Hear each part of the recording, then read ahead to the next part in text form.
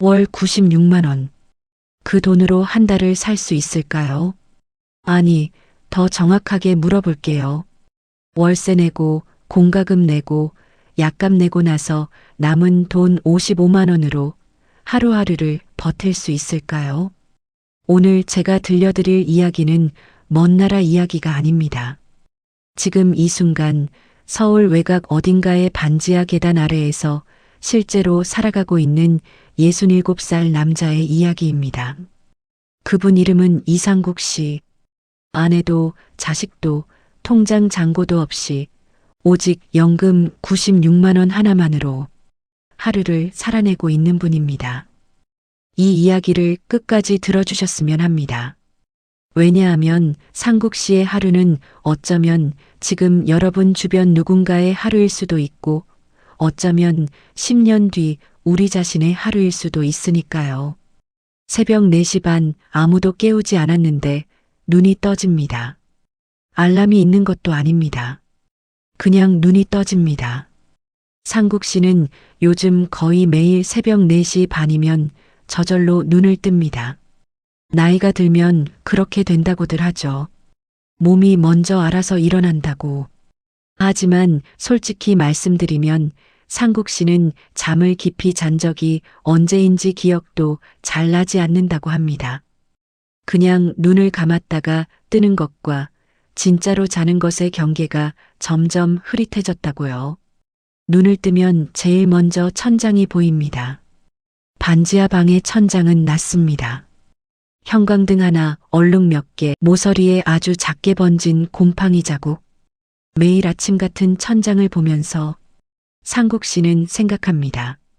오늘은 또 어떻게 보내나? 거창한 계획 같은 건 없습니다.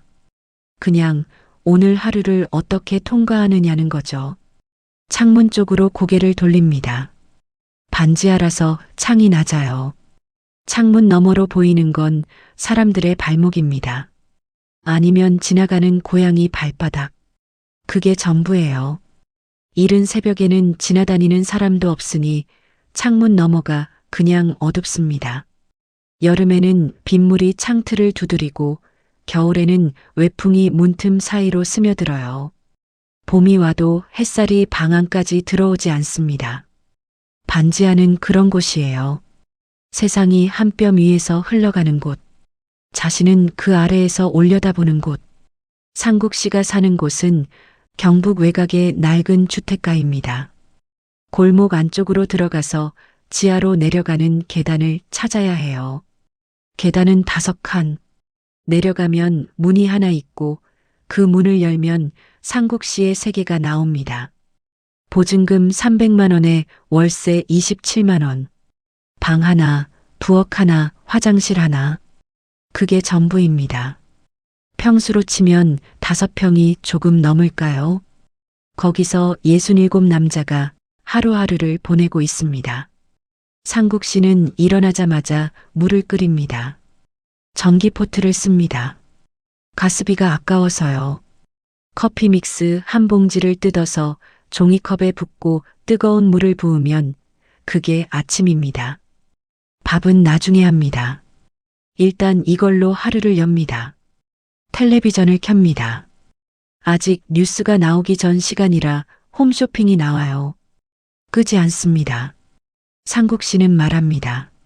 소리가 있어야 덜 무섭거든요. 웃긴 말처럼 들릴 수 있습니다. 67살 남자가 무섭다는 게. 하지만 이 반지하 방 안에서 느끼는 고요함은 조용한 게 아니에요. 비어 있는 겁니다. 사람이 있어야 할 공간에 사람 소리가 없는 것. 누군가의 목소리가 들려야 할 시간에 아무 소리도 없는 것. 그 텅 빈 느낌이 무서운 거예요. 홈쇼핑 진행자가 쉬지 않고 떠들어대는 소리가 상국 씨한테는 일종의 방어막 같은 겁니다. 적어도 그 소리가 들리는 동안만큼은 완전히 혼자인 것 같지 않으니까요. 커피를 홀짝이면서 창밖을 봅니다. 이 시간대엔 아직 발목도 보이지 않아요. 그냥 어두운 보도블록만 창문 가득합니다. 동네 고양이 한 마리가 가끔 창문 앞을 지나가는데 그게 그 시간 상국 씨한테는 꽤 반가운 일입니다. 수입이 하나입니다. 국민연금, 기초연금 합해서 매달 96만 원. 그게 전부예요. 여기서 월세 27만 원을 냅니다. 관리비 3만 원을 냅니다. 전기세, 가스비, 수도세, 핸드폰 요금을 다 합치면 고정 지출이 벌써 40만 원을 훌쩍 넘습니다. 그러고 나면 남는 돈이 55만 원 남짓. 한 달을 55만 원으로 살아야 합니다. 하루로 나누면 18,000원, 여기서 식비, 약값, 교통비, 혹시라도 옷이나 생필품이 필요하면 그것까지 다 해결해야 해요. 55만 원으로요. 장을 자주 보지 못합니다. 대형마트는 생각도 못해요. 버스 타고 가서 카트에 가득 담아오는 그림, 상국 씨한테는 딴 세상 이야기입니다. 집 앞 골목 끝에 작은 슈퍼마켓이 하나 있는데 거기서 살림을 합니다. 일주일치 장을 보면 이렇습니다. 계란 한 판에 7,000원, 두부 하나에 1,500원, 라면 5개 묶음에 3,500원. 이게 일주일장의 거의 전부입니다. 거기에 쌀이 좀 있고 집에 묵은 김치가 좀 있고 된장이 좀 있으면 한 달을 버팁니다. 아침 7시가 되면 밥을 합니다. 전기밥솥이 있긴 한데 잘 쓰지 않아요. 매번 전기밥솥을 쓰면 전기세가 나오니까 한 번에 직접 밥만이 짓습니다. 쌀 3컵 정도 씻어서 냄비에 넣고 물을 맞춰 붓고 스위치를 눌려요.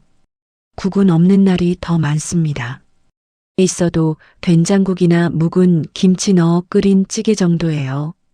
혼자 먹으니까 많이 해봐야 버리게 되거든요. 딱 한 끼 먹을 만큼만, 아니 그보다 조금 더 아끼는 쪽으로 합니다. 밥 한 그릇에 반찬 하나 아니면 맨 김치. 그게 상국 씨의 아침 밥상입니다. 식탁에 앉아서 먹습니다. 이 이른 아침에는 혼자라는 게 그나마 덜 느껴지거든요. 아직 세상이 다 잠들어 있는 것 같은 시간이라서요. 9시가 되면 밖으로 나갑니다. 특별한 약속이 있는 건 아니에요. 갈 데가 정해져 있는 것도 아닙니다. 그냥 나가야 합니다. 방 안에 계속 있으면 안 된다는 걸 몸이 먼저 알아요. 숨이 막히는 것 같은 기분, 천장이 내려앉는 것 같은 기분. 그래서 어떻게든 몸을 일으켜 계단을 올라갑니다. 계단 위로 나오면 공기가 달라요. 그냥 바깥 공기인데 상국 씨한테는 그게 좀 다르게 느껴진다고 합니다. 살아있다는 느낌이 조금 납니다. 비가 오는 날에도 나가고 바람이 많이 부는 날에도 나갑니다. 그냥 문 밖으로 나가는 것만으로도 하루가 좀 달라지거든요. 상국 씨가 주로 향하는 곳은 동네 복지관입니다. 걸어서 20분 거리예요. 거기 가면 무료로 점심 한 끼를 먹을 수 있어요. 식판에 밥, 국, 반찬 2~3가지가 나옵니다. 고급스러운 건 아니지만 따뜻합니다. 그리고 무엇보다 거기엔 사람 소리가 납니다. 어르신들이 3~4~5 모여 앉아 이야기를 나누고 직원들이 왔다 갔다 하고 가끔 웃음소리도 들립니다. 그 소리가 상국 씨한테는 참 좋습니다. 말을 많이 하지 않아도 괜찮아요. 그냥 그 소리 안에 있는 것만으로도. 복지관에서 상국 씨는 말수가 적은 편입니다. 다들 화투를 치거나 3~4~5 모여 앉아 이야기꽃을 피우는데 상국 씨는 밥을 다 먹고 나면 구석 자리에 앉아서 신문을 읽습니다. 경제면, 사회면, 스포츠면 다 읽습니다. 다 읽고 나서 또 처음부터 읽기도 해요. 그냥 시간이 가야 하니까요. 시간을 보내는 데 있어서 신문만큼 품이 있는 도구가 없다고 상국 씨는 생각합니다. 돈도 안 들고 아무도 뭐라 하지 않고 거기 앉아서 몇 시간이고 있을 수 있으니까요. 한 번은 복지관 직원이 물어봤다고 합니다. 어르신, 가족분은 연락이 없으세요? 상국 씨가 뭐라고 대답했을 것 같으세요? 없어요. 딱 3글자였습니다. 더도 덜도 아니고 설명도 없이 그냥 없다고. 사실 상국 씨한테 가족이 아예 없는 건 아닙니다. 형제가 둘 있어요. 하나는 지방에 살고 하나는 연락이 끊긴 지 오래됐습니다. 젊을 때 사업하다가 돈 문제가 얽혔고 그게 풀리지 않은 채로 세월이 흘렀어요. 한국에서 돈 문제로 틀어진 형제 관계가 회복되는 걸 본 적 있으신가요? 상국 씨도 마찬가지였습니다. 처음엔 어떻게든 풀어보려 했는데 풀리지 않는 게 쌓이다 보니 어느 순간 그냥 없는 사람이 돼버렸어요.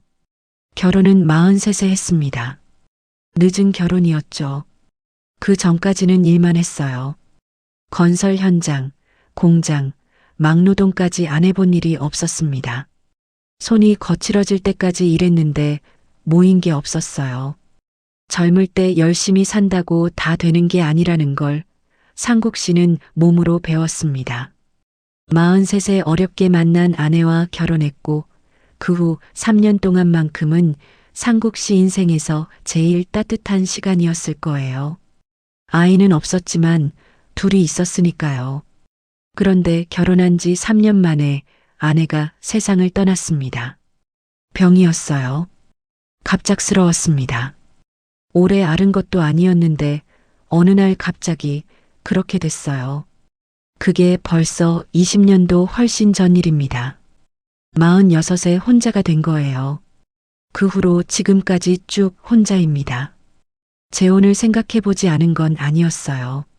하지만 먹고 살기가 워낙 바빴고 바쁘게 살다 보니 시간이 흘렀고 어느 순간 그게 그냥 당연한 삶이 돼버렸습니다.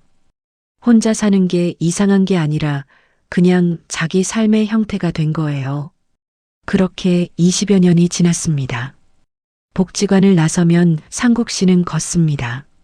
어디를 가겠다는 목표가 있는 게 아니에요. 그냥 걸어요.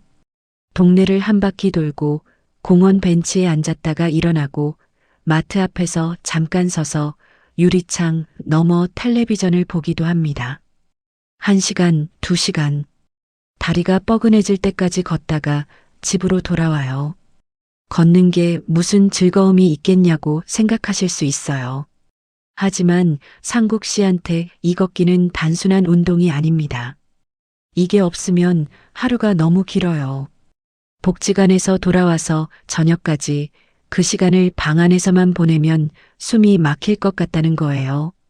그래서 걷습니다. 목적지 없이 걷는 것만으로도 시간이 가고 다리가 아파지면 집에 가고 싶어지거든요. 집에 가고 싶다는 마음이 드는 게 상국 씨한테는 작은 위안이 됩니다. 반지하 계단을 내려갈 때 상국 씨는 매번 잠깐 멈춘다고 합니다. 어두컴컴한 계단 아래를 내려다보면서 오늘도 별일 없겠지라고 생각하는 거예요.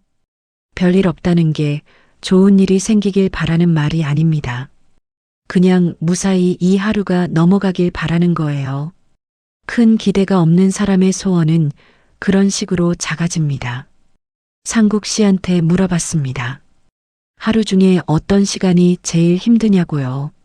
오전도 아니고 저녁도 아니에요. 오후 3시에서 5시 사이 딱 그 2시간이 제일 길고 힘들다고 합니다. 텔레비전을 켜놓고 누워서 천장을 봅니다. 잠은 안 와요. 그렇다고 딱히 뭘 하고 싶은 것도 없어요. 핸드폰을 들었다 내려놓았다 합니다. 카카오톡 알림이 뜰 리가 없는데도 자꾸 들여다봅니다. 습관이에요, 그냥. 알림이 없다는 걸 알면서도 보는 거예요. 상국 씨 핸드폰 연락처에 몇 명이 있을까요? 복지관 번호, 담당 병원 번호, 집주인 번호, 그리고 모르는 번호 몇 개는 스팸 문자 보내오는 곳들이에요. 그게 전부입니다.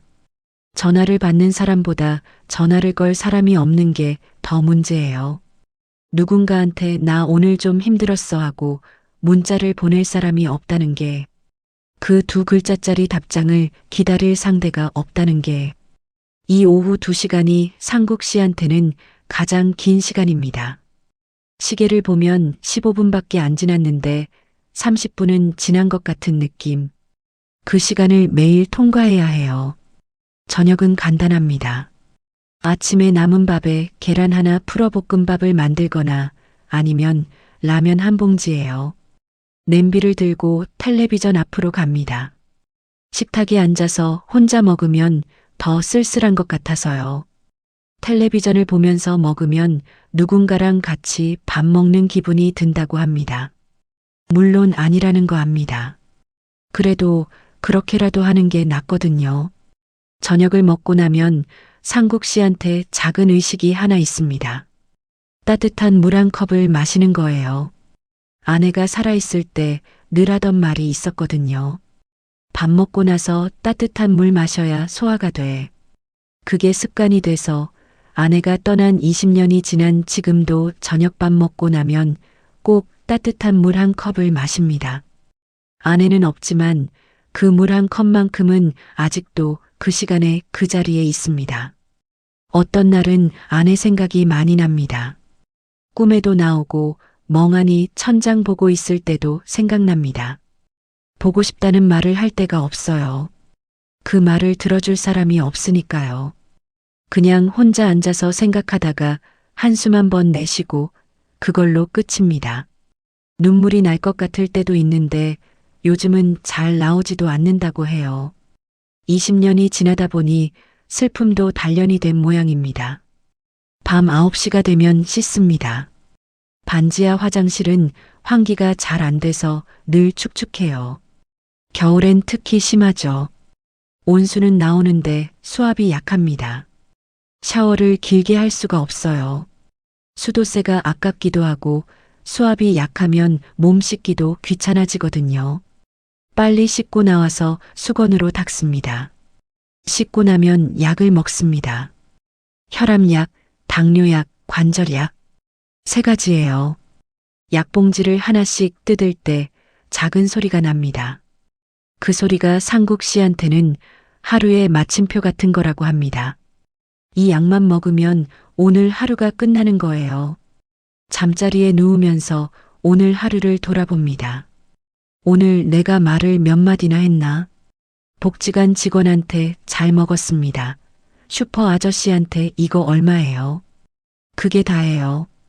어떤 날은 그것도 없습니다. 아무하고도 한마디도 안 한 날이 있어요. 그런 날은 목이 이상한 것 같다고 합니다. 말을 너무 안 했더니 목소리가 잠긴 것 같은 느낌. 자기 목소리가 낯선 느낌. 상국 씨가 정말 무섭다는 게 뭔지 아시나요? 고독사냐고요? 물론 그게 무섭긴 합니다. 하지만 그것보다 더 무서운 게 있다고 해요. 아파서 병원도 못 가고 누군가를 부를 수도 없고 그냥 혼자 방에 누워 있는 것. 그게 더 무섭다고요. 2년 전 겨울에 실제로 그런 일이 있었습니다. 독감에 걸렸어요. 열이 39도가 넘었는데 병원에 갈 힘이 없었습니다. 일어서면 어지럽고 걷다가 쓰러질 것 같은 느낌. 약을 사러 나가려 해도 문을 열고 계단을 올라가는 게 불가능했어요. 핸드폰이 있었는데 부를 사람이 없었습니다. 전화할 곳이 없었어요. 119를 부르기엔 독감이라서 너무 거창한 것 같고 그렇다고 혼자 어떻게 할 수도 없고 사흘을 그렇게 버텼습니다.